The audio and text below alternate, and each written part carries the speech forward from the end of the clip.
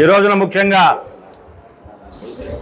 మీ ద్వారా ప్రజలకు తెలియజేయాల్సింది అనేక విషయాలు ఉన్నాయి. ఎన్నికలు సమీపిస్తున్న వేళ శాసనసభ్యుడి అబద్ధాలకి దగ్గరదారి ఏర్పడినట్టుగా కనిపిస్తోంది. ఒకటి కాదు, రెండు కాదు, నోటికి ఏది వస్తే అది మాట్లాడేటువంటి పరిస్థితి ఈరోజు మనం చూస్తూ ఉన్నాం. ముఖ్యంగా వార్డు ప్రచారంలో భాగంగా ఆయన నిన్న అనేకమైనటువంటి అబద్ధపు మాటలు మాట్లాడటం చాలా శోచనీయం. టిడ్కో ఇళ్ళు ఏవైతే ఉన్నాయో ఆ టిడ్కో ఇళ్ళ దగ్గరికి మాకు ఇళ్ళు రాలేదని, మాకు సరైన వసతులు లేవని, ఇచ్చిన ఇళ్ళు లాక్కున్నారని ఇన్ని రకాలుగా ప్రజలు బాధపడుతూ తెలుగుదేశం పార్టీ ఇన్ఛార్జి వెనుగళ్ల రాంబాబు గారికి తెలియజేస్తే అక్కడికి వెళ్ళి చూడటం జరిగింది. ఆ సందర్భంగానే మేము తెలుగుదేశం పార్టీ జాతీయ అధ్యక్షుడు మాజీ ముఖ్యమంత్రి వర్యులు నారా చంద్రబాబు నాయుడు గారు ఇచ్చినటువంటి హామీ, గుడివాడలో ఏదైతే టిడ్కో ఇళ్ళు ఉన్నాయో ఆ టిడ్కో ఇళ్ళన్నిటికీ కూడా గతంలో జగన్మోహన్ రెడ్డి నెహ్రూ చౌక్ సెంటర్లో రూపాయికే మీకు ఇల్లు ఇస్తాను, రూపాయికి రిజిస్ట్రేషన్ చేస్తాను, ఫ్రీగా ఇస్తానని చెప్పినటువంటి పరిస్థితి 5 ఏళ్లలో చేయలేకపోయాడు. కాబట్టి మేమంటూ అధికారంలోకి వస్తే తప్పనిసరిగా మీ బ్యాంకు రుణాలన్నింటినీ కూడా రద్దు చేస్తామని చెప్పడం జరిగింది.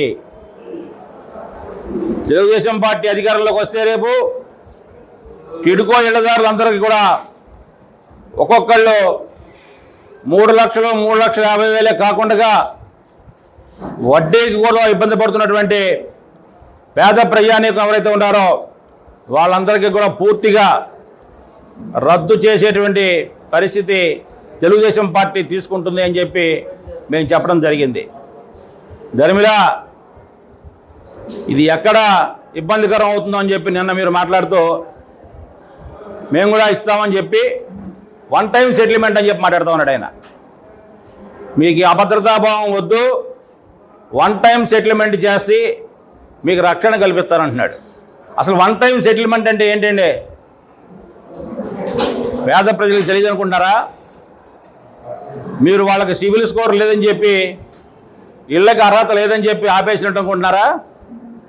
1 టైం సెటిల్మెంట్ అంటే ఎవడైనా బ్యాంకులో ఒక 3 లక్షలు 5 లక్షలు అప్పు తీసుకుంటే ఆడికి వడ్డీతో పరంగా 7-8 లక్షలు అయినప్పుడు వాడు కట్టలేనటువంటి పరిస్థితి వస్తే 1 టైం సెటిల్మెంట్ చేయడం జరుగుతుంది.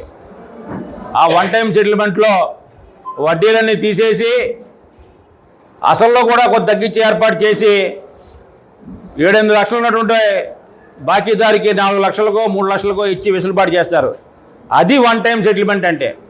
అంటే ఒక పక్క నువ్వు నేను తీసేస్తాను రుణాలని చెప్తావు, రెండో పక్క 1 టైం సెటిల్మెంట్ అని మాట్లాడుతూ ఉన్నావంటే నువ్వు బహుశా ఈ డబ్బులన్నీ నీ సొంత జేబులోంచి కడతావా అని చెప్పి నేను అడుగుతా ఉన్నా. 1 టైం సెటిల్మెంట్ అంటేనే నువ్వు జేబులోంచి కట్టాలా, లేదా ప్రభుత్వంతో రద్దు లేదా ఎవరైతే ఇళ్ళు వచ్చాయో వాళ్ళ ద్వారానే కట్టించాలా? ఈ 2 పద్ధతులు. నువ్వు 1 టైం సెటిల్మెంట్ అన్నావంటే ప్రజల మీద భారం మోపుతూ ఉన్నావని చెప్పి మాటే తెలుస్తోంది తప్ప వేరే విధంగా కాదు అని చెప్పి నేను తెలియజేస్తుంది. ప్రజలు ముఖ్యంగా ప్రజలు గమనించాలని చెప్తా ఉన్నా. పూర్తిగా రద్దు చేస్తామన్న మాట మాత్రం ఆయన మాట్లాడటం లేదు. అంతేకాకుండా మేము అక్కడ సైట్లో ఎక్వైర్ చేసి ఇచ్చాను పేద ప్రజలకి, నేనేదో తిరిగి 10,000 మందికి ఇళ్ల స్థలాలు కావాలంటే ఇచ్చే పరిస్థితుల్లో ఇవన్నీ వచ్చినాయని చెప్పి మాట్లాడుతూ ఉన్నాడు. ఏ గొప్పలు డప్పాలు చెప్పుకోవడం కాదు, ఈ కళ్ళబొల్లి మాటలు చెప్పి ప్రజల్ని మోసపుచ్చడం అనేటువంటిది సరైనటువంటి విధానం కాదని చెప్పి నేను తెలియజేస్తా ఉన్నా. పూర్తిగా నాకెవరూ కూడా ఈ గుడివాడలో ఛాలెంజ్ చేసి చెప్తా ఉన్నాను. నేను గుడివాడలో ఏ వ్యక్తి అయినా సరే అర్హత ఉన్నటువంటి వ్యక్తి నాకు ఇంటి స్థలం రాలేదనో, నాకు ప్లాట్ దక్కలేదనో చెబితే కనుక నేను ఈ ఎలక్షన్లో పోటీ చేయడమే మానేస్తానని చెప్పాడు. దానికి మేము ఛాలెంజింగ్గా తీసుకుంటా ఉన్నాం. ఈ రోజున ఇంతమంది ఉన్నారు, మాకు ఇళ్ల స్థలాలు రాలేదు, మమ్మల్ని మోసం చేశారు, మాకు ఇచ్చిన స్థలాలు లాక్కో ఉన్నారు అని చెప్పినటువంటి మనుషులు ఇందరు ఉన్నారు. ఇది కొందరే వచ్చారు, ఇంకా చాలామంది ఉన్నారు. ఫిజికల్గా వాళ్ళని ప్రజెంట్ చేయమంటే చేయటానికి మేము సిద్ధంగా ఉన్నాం. నువ్వు అన్నమాట ప్రకారం కట్టుబడి ఉంటావా అని చెప్పి నేను ఛాలెంజ్ చేస్తా ఉన్నా. ఆ దమ్ము ధైర్యం మీకు ఉందా అని చెప్పి నేను అడుగుతా ఉన్నా. ఎవరికి రాలేదు ఇళ్ళు, వచ్చిన ఇళ్ళని ఎందుకు క్యాన్సిల్ చేశారు మీరు? డబ్బు కట్టించుకున్న వాడికి దిక్కేది. ఎంతమంది డబ్బులు కట్టి ఇబ్బంది పడతా ఉన్నారు, ఇవాళ తిరిగి పుస్తలు తాకట్టు పెట్టి డబ్బులు కట్టినటువంటి పరిస్థితి.